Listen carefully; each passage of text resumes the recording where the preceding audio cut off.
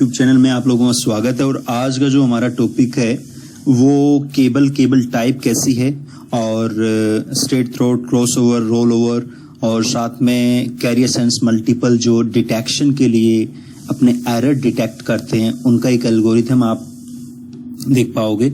साथ में जैसे कि स्विच मोड फंक्शन क्या है और कैसे उसमें एरर डिटेक्ट होता है और कैटलिस्ट स्विच का जो फॉर्म होता है अपना, तो कैसे जैसे कॉन्फ़िगर करते हैं NVRAM टू RAM और एरर आने के बाद में इंडिकेट कौन सी जो LED लाइट है सिस्टम की वो एम्बर और किस तरह से फ्लैश होती है। तो ये चीज़ें आज देखेंगे। जो चलो स्टार्ट करते हैं। जो लैन स्टैंडर्ड केबल है हमारी वो पहले ही है अपनी जो AIEEE स्टैंडर्ड है 802.3 जो इथरनेट है और 802.3U जो फास्ट इथरनेट है।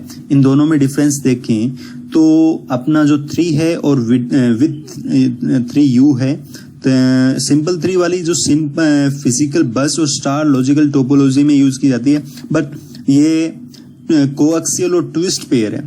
और U वाली है वो ट्विस्ट पेयर है कोएक्सियल। और दूसरा इसमें मेन जो डिफरेंस है वो अपना स्पीड का है। विदाउट U आप करोगे तो उसकी जो स्पीड है इथरनेट की केबल की वो 10 Mbps है। तो आप स्टैंडर्ड केबल के हिसाब से देख सकते हो कि डेटा कितना पर सेकंड आपका फ्लो हो सकता है, कितना फॉरवर्ड हो सकता है।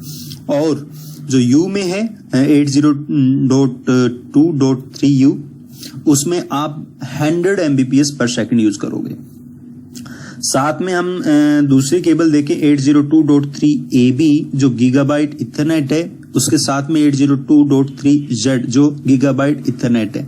इनका आप देखोगे तो इनमें भी कंपैरिजन यहाँ पे शो किया गया है। जो अपना यूज किया जाता है फिजिकल स्टार लॉजिकल बस और ट्विस्ट पेयर के लिए, और इसमें पर पेयर जैसे कि आप AB में आप 250 Mbps पर पेयर है और इसमें 1000 Mbps पर सेकंड है।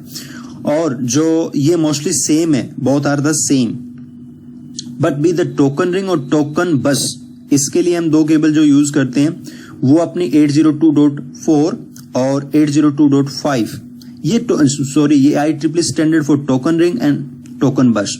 इसमें आप देखोगे तो जो टोकन बस है उसमें 4 Mbps पर सेकंड के हिसाब से और टोकन रिंग में 4 से 16 MB पर सेकंड के हिसाब से। दूसरा आप देखोगे यहाँ पे तो अगला जो फॉर्म है हमारा जैसे कि स्ट्रेट थ्रोट केबल है वो उसके जो पोर्ट यूज करते हैं वो कौन से यूज करते हैं, तो इन पे दोनों पोर्ट पे जैसे कि 568B और 568A दोनों पे सेम होना चाहिए। स्ट्रेट थ्रोट केबल की जो कनेक्टिविटी है वो 11, 22, 33, 44 और 88 सो ऑन, इस तरह से आपकी कनेक्टिविटी होती है। और दोनों एंड पे सेम पोर्ट नंबर होगा 568B या 568A। क्रॉसओवर में आप देखोगे दोनों पे डिफरेंस होगा और क्रॉसओवर में आप पेयर भी देखोगे कि 1 किसके साथ कनेक्ट होगा और सेकंड किसके साथ कनेक्ट होगा। ये आप देख सकते हो 1 अपना होता है 3 के साथ और 2 होता है 6 के साथ। और इसका कलर कोडिंग आपको ध्यान रखना है, तो एक अच्छा फार्मूला है यहाँ पे only good boy get brownie. तो O से फर्स्ट डिजिट हम लेंगे, वर्ड ले रहे हैं O से ऑरेंज और G से ग्रीन, B से बॉय, अगेन जो है उससे दोबारा से G से ग्रीन और ब्राउनी से B से ब्राउन। तो ये आप देख सकते हो जो याद रखने के लिए इजी होगा। इसके साथ में मैं अभी CSMA CA और CSMA CD इन दोनों का फ्लो चार्ट शो किया है, ये आप यूज कर सकते हो। आप जैसे कि आप नेटवर्किंग पढ़ रहे हो या फिर जैसे आप कोई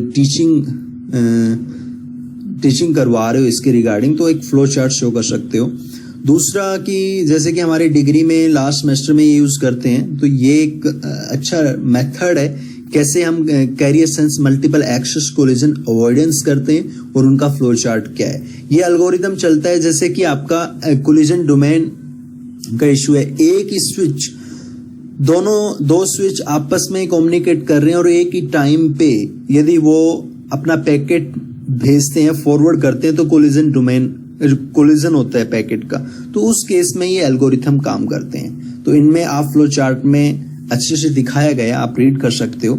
साथ में आप यहाँ पढ़ पाओगे स्विच मोड का, जो कट थ्रोट का है और स्टोर एंड फॉरवर्ड का है, फ्रेगमेंट फ्री का है। और अपना बात करूं तो कैटालिस्ट स्विच जो बूट सीक्वेंस ऑपरेशंस की बात करें, तो जब एरर शो करता है ना, तो सिस्टम एलईडी वो एम्बर सिस्टम आएगा, एरर आएगा तो। और जो लोड करेगा iOS वो फ्लैश से करता है। और कॉन्फ़िगर देखें, फाइल कॉपी कहां से होती है, copy from NV RAM to RAM होती है, ये नोट रखना। कॉन्फ़िगर फाइल जो कॉपी होती है हमारी, वो एनवी रैम पहले कहां से होगी, from NV RAM to RAM, पहले एनवी रैम में वो कॉपी होगी। और floods of all frame, it's receive all out port, ये कैम टेबल एम्प्टी होती है। तो स्विच में आप देखोगे नॉर्मली हम स्विच में जैसे मैक टेबल अपनी ब्रॉडकास्ट के बाद में जो स्विच अपनी एक मैक टेबल तैयार करता है कि किसके पोर्ट के अगेंस्ट कौन सा डिवाइस कनेक्टेड और उसका फिजिकल एड्रेस क्या है, तो वो बाय डिफॉल्ट 300 सेकंड लेती है। लेकिन हम चाहते हैं, बड़े जैसे कंपनियों में कई बार ऐसा होता है कि हम ये चाहते हैं कि ये बार बार लोड ना करे या बार बार रीलोड ना करे, तो हम उनका टाइम टेबल बढ़ा सकते हैं। उसके लिए नॉर्मली कमांड यूज करते हैं हम MAC address table aging time. आप उनको मतलब 3 घंटे के लिए कर रहे हो तो 1088 और 2 घंटे के लिए कर रहे हो तो 7200 सेकंड। तो ये सारी चीजें आप इसी से कर पाओगे। और दोस्तों, यदि इसमें से कुछ भी समझ में ना आया हो तो कमेंट में जरूर शेयर करें। और ऐसे ही खुश रहिए और मुस्कुराते रहिए और पढ़ते रहिए। और यदि आपको इसके रिलेटेड कोई और क्वेरी है, यदि आप चाह रहे हो कि इस पे फर्दर कोई केबल के रिगार्डिंग कोई कलर कोडिंग या फिर आपको इनके ग्राफ के रिलेटेड या कोई फिजिकल डायग्राम आपको चाहिए, तो कमेंट में आप मुझसे पूछ सकते हो। और थैंक यू दोस्तों।